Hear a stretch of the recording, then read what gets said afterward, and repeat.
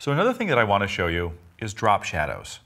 And drop shadows are pretty awesome because everybody loves drop shadows. And we're not going to do drop shadows like we normally do. What I want to do is I want to do a drop shadow. I've got this nice little box here, and I would like to do a drop shadow under my box. Okay? It's actually sitting on the background here, and I'm going to reinforce that effect by going in, and I'm going to make this a little bit darker, and then I'm going to go ahead and do that because I want this to sit on a table. So I have my object. I'm going to go under my layer effects because, hey, it's my new hammer. And once I have a new hammer, everything looks like a nail. So now we're going to do layer effects on everything. So I want to do a drop shadow. So I go in and I do a drop shadow, and I'm not really paying attention too much. I set the distance, and I set the spread and the size, and it's like, oh, that's perfect. But now this looks like it's sitting right up against the wall because I've got a drop shadow going up the side. And unless you can affect gravity and the way light curves and bends up the wall, this is quite ridiculous, okay? And so, of course, I just throw up my hands and say, okay, I can't do it. Or I do this. What I'm going to do is I'm going to go here and I'm going to actually break this apart so that I now have a drop shadow that matches my shape. And I can now use this for doing whatever it is that I want to do. Instead of trying to hand draw a drop shadow, I'm just going to go to my layer effects and I'm going to create a layer out of this. And when I do that, this is now my drop shadow right there as its own separate layer. Pretty cool, huh? And now with that right there, I can do whatever I want to with this drop shadow. What I'm going to do is I'm going to kind of poke it up a little bit here. And I decide that I'm going to kind of tilt this back and get some type of shadow.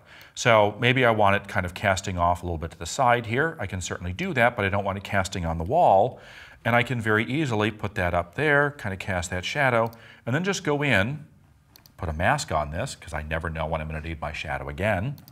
And with my paintbrush tool on my mask, I'm just going to go in and paint with black, because black is going to conceal. And I'm just going to paint away where I don't want that drop shadow. I want the drop shadow to extend all the way out, so I have a much longer cast on the orange side. Not a problem. I'm just going to take this and I'm going to go into my transform right here. And there's my drop shadow right there. Let's see, do that, transform. And I can just pull that drop shadow. Of course, if I want to, I can always use distort. And I can pull that drop shadow out in any direction that I want. And I know it looks like, oh my gosh, what are you doing with that drop shadow? Well, because that drop shadow is nice and soft in the size of my object, I can always go back to my mask and I can go in and I can mask out all those areas that I don't want to see. And now I've got a drop shadow that casts really quite nicely around my object, and I can move it all around however I want to. Probably distorted that a little bit off. Now it looks like it's kind of lifting one leg right there. Thank goodness for distort. We're going to go in here and we're going to put that right back up inside there. There we go.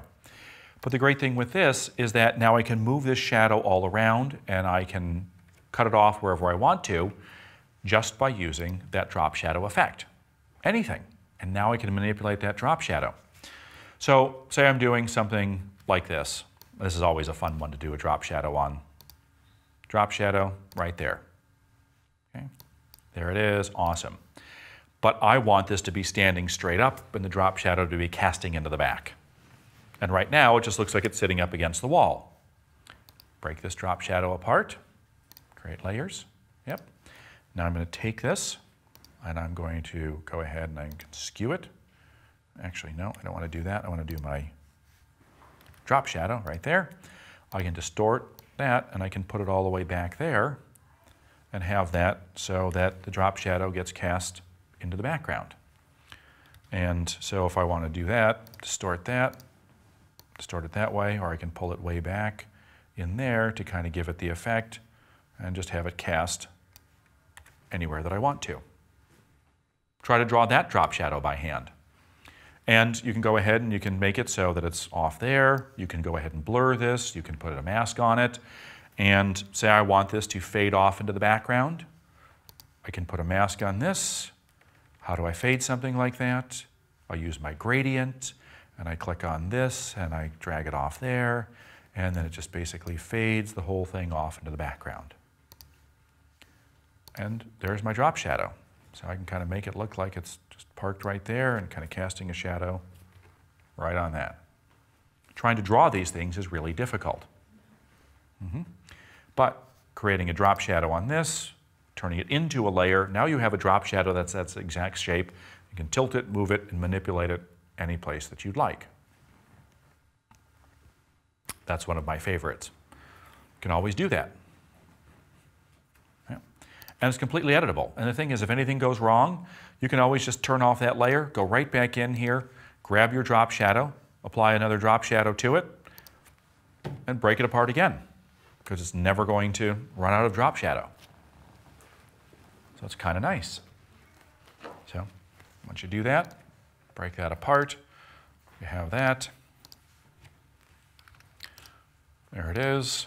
Distort it, put it all the way down there, put it wherever you'd like.